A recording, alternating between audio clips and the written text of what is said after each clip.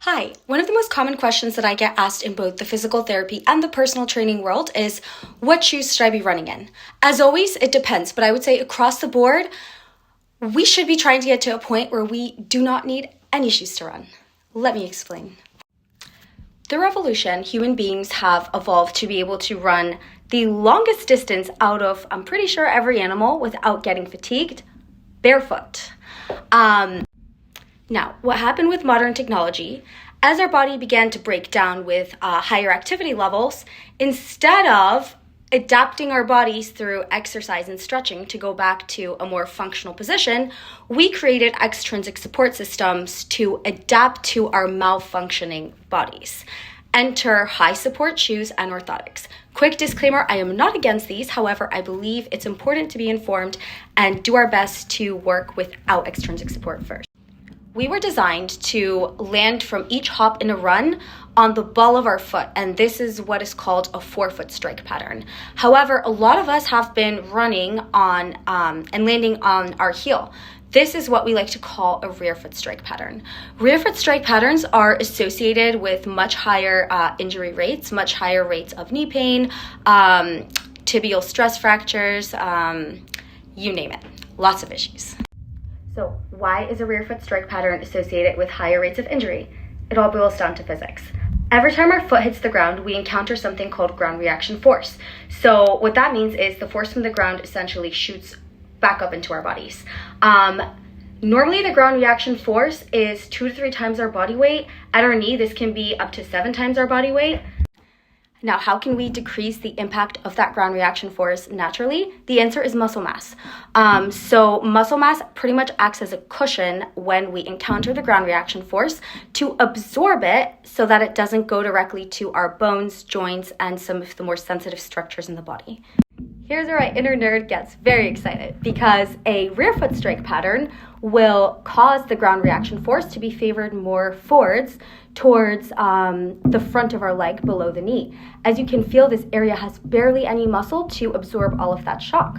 A forefoot strike pattern, the one that we have been evolved to do since the caveman days, favors more of ground reaction force going back towards the calf, which is a huge muscle able to absorb all of that shock.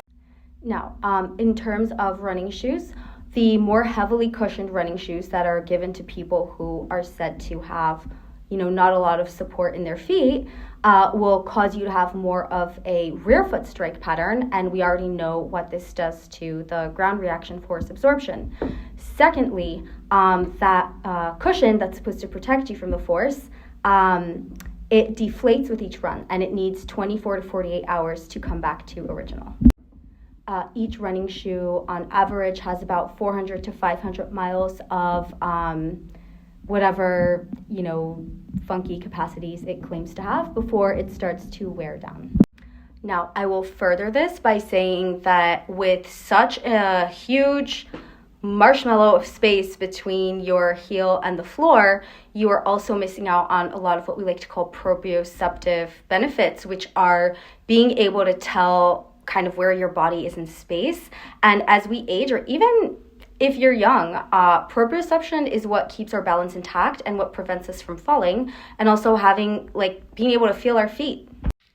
Now, I'm not saying there's anything wrong with wearing heavily cushioned shoes. If that's working for you, by all means, please continue. There's no need to change something that is working great for you.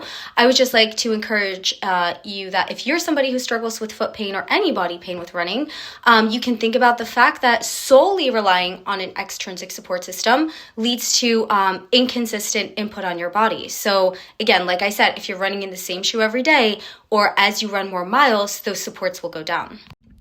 So if you're somebody who's not happy with your current running shoe, I would encourage you to start by strengthening the foot intrinsic muscles. Our feet actually have 29 muscles, 26 bones, and 36 joints. So there's a lot of work to be done there. And many times we can get so caught up in the glutes, the core, and we forget about our foot, which is the first thing to hit the ground when we run. I will include my favorite foot intrinsic muscle exercises at the end of this video. They are the best supported in research, and I have also done these myself. So the reason I made this video is based on personal experience, which I will talk about in a second, but I would never tell you guys to do something I have not done myself. So this has been probably over a year of my own journey in my foot pain that caused me to find all this information out. Another thing I would like to add, by all means, do not go from your high support shoe to low support or minimalist shoe day A to day B. That is a hard no. You will probably cause more harm than good. The key word here is tapering. I'm currently running in a pretty low support shoe. I'll talk about that more later. The more I find out about specific shoes, I will tell you guys. I haven't gotten that far yet, but tapering. So what tapering looks like is little by little decreasing the amount of cushioning that we have in our shoe. And this could be by maybe once or twice a week, throwing in runs with a shoe that's slightly less cushioned than what you're used to. Granted, you are not just going out and doing this. This is coupled with consistently doing your foot core strengthening exercises. Walking around your house barefoot, activating your foot core.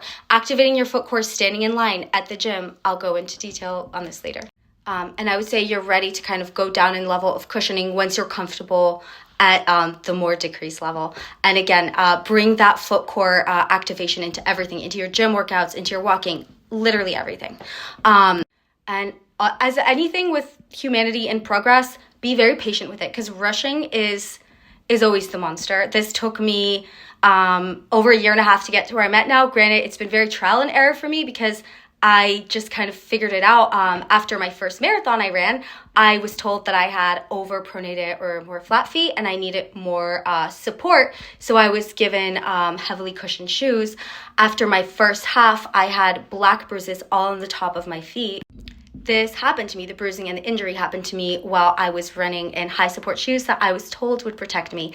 In addition, I was also doing hip, glute, leg strengthening exercises that I was told would help me, and the exercises did help. However, they did not get rid of the problem.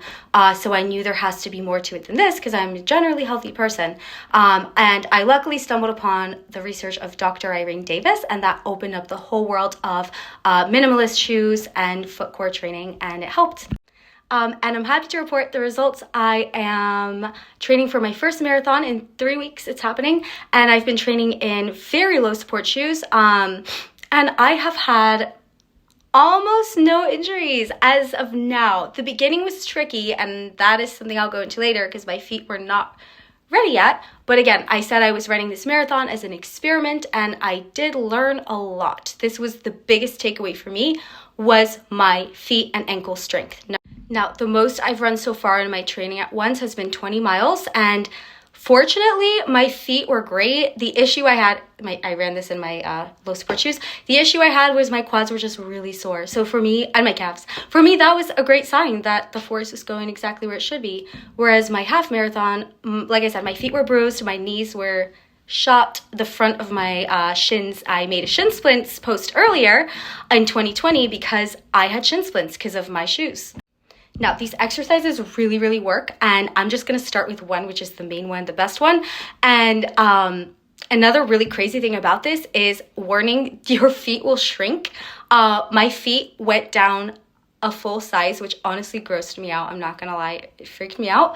But they shrunk, and I was like, look, there's my arch being born. You can see it's pretty flat right now. So what we want to do for the King of Kings exercise is bring the ball of our foot, this part right here, towards our heel. So that will look like this. And then relax. Come in, hold for a few seconds, and then relax. Now, the most common mistake I see when I'm instructing people to do this is they will bring their big toe to their heel like that. I feel cramping, that's uncomfortable. So actually what creates the arch, most of those muscles insert at the ball of your foot. So make sure it's coming from the ball of your foot. Come in, hold, and relax. All right, that is the magical foot exercise. And I would say what's really important here when you're doing this is that you look at your foot. You want to make sure it looks how it did in the video I showed you. So do it in front of a mirror, or kind of just look at your foot. You want to start level 1 is a non-weight bearing position. So you do this sitting one leg at a time. Once that becomes easy, you can do this standing on a level surface with 2 feet on the floor. And as you progress, you can do this standing on a foam or in single leg stance. It should get to the point as soon as you start activating your foot core. The way you add weight to this is by doing this contraction as you're doing your squats, as you're doing your deadlift, as you're waiting in line at the grocery store. So you're pretty much having your foot like this all day long. Hence my foot shrunk an entire size. In terms of sets and reps, I would say do about 3 sets of 30 repetitions or 3 times 1 minute as kind of one round, as many times a day as you can. If you're a very busy person, I understand. When I was starting out on this, I was super busy. I'm a busy person too. So you can try to do this while you're in line at the grocery store or while you're sitting in class, sitting at your computer. Just have this kind of going on in your foot once you get an idea of what this is supposed to feel like. Before you know it, this is something you'll be doing at all times. A further thing to think about, it's going to be a whole other video, it's called co-contractions. So learning how to contract your foot with your core, with your hip abductors, with all other muscles of the body. So that's something really fun I would love to talk about. Also, if you disagree with any of this, I would love to hear your opinion. This is not the only way to go about, but if you have a problem, this is something that worked for me, and I hope it works for you too. Have a great day.